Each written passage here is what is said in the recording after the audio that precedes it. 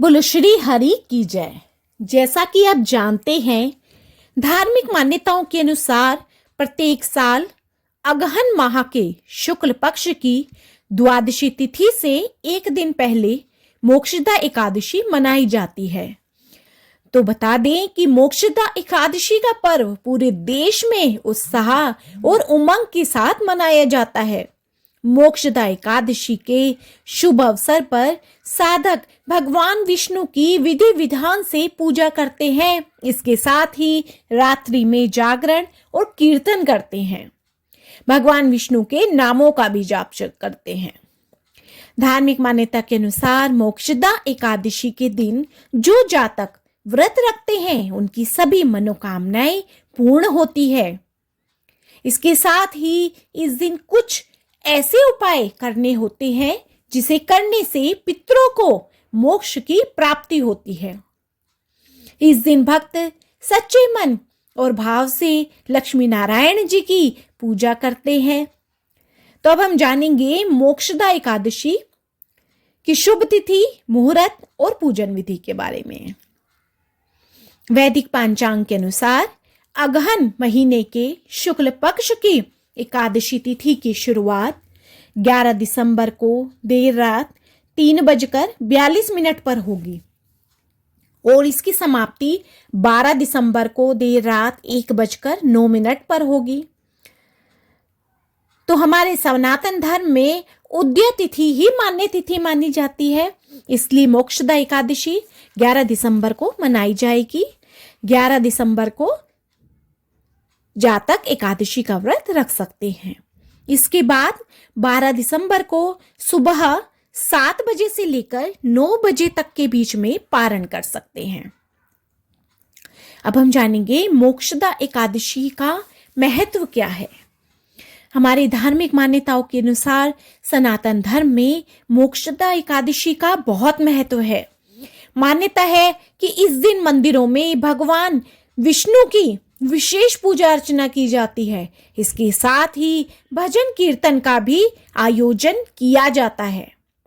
इस दिन जो जातक सच्चे मन से भगवान विष्णु की पूजा करते हैं, साथ ही साधना करते हैं, उन्हें अमोघ फल की प्राप्ति होती है। इसके साथ ही जातक के सारे कष्ट और संकट भी दूर हो जाते हैं।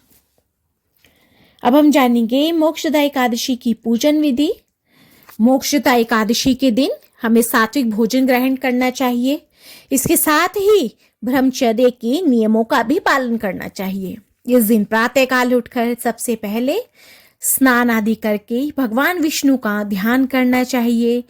घर के साफ सफाई से निर्वृत्त होइए। दैनिक कार्यों से निर्वृत्त होकर पानी में गंगा जल डालकर स्नान करें। इसके बाद आचमन करें और पीले वस्त्र धारण करें। पीले रंग का वस्त्र धारण करने के बाद सूर्य देव को अर्घ दें। इसके बाद ही आप भगवान विष्णु की विधि विधान से पूजा करें। साथ ही पीले रंग के फूल, फल, वस्त्र, नारियल आदि चीजों को विष्णु भगवान को अर्पित करें। इस दिन तुलसी जी विष्णु भगवान को अवश्य ही अर्पित की जाती है। इन चीजों को अर्पित करने के बाद विष्णु चालीसा का पाठ करें, विष्णु सहस्त्र नाम का पाठ करें और साथ में ही एकादशी की कथा अवश्य करें और सबके बीच में प्रसाद का वितरण करें। अब हम जानेंगे मोक्षदा एकादशी पर किए जाने वाले कुछ उपाय, जिनको करने से घर में सुख समृद्धि आती है, अन्न के भंडारे भरते हैं। मोक्षदा एकादशी के दिन तुलसी पर घी का दीपक जलाएं और 21 बार परिक्रमा करते हुए ओम नमो भगवते वासुदेवाय नमः मंत्र का जाप करें।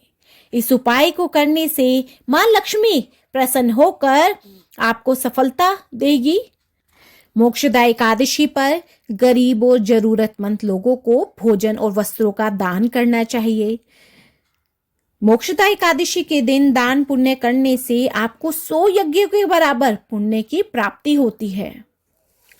क्योंकि सर्दी के मौसम में पड़ने वाली इस एकादशी पर यदि आप ऊनी वस्त्रों का दान करते हैं तो आपका पुण्य कई गुना बढ़ जाता है। नए साल में अपनी कमाई के स्रोत बढ़ाने के लिए मोक्षदा एकादशी पर तुलसी की माला से ओम नमो भगवते वासुदेवाय मंत्र का जाप करें। इस उपाय को करने से आपके जीवन के सभी कष्ट दूर होते हैं और घर में सुख समृद्धि बढ़ती है। इस उपाय से नए साल में आपके कमाई के कई नए स्रोत भी खुल जाते हैं।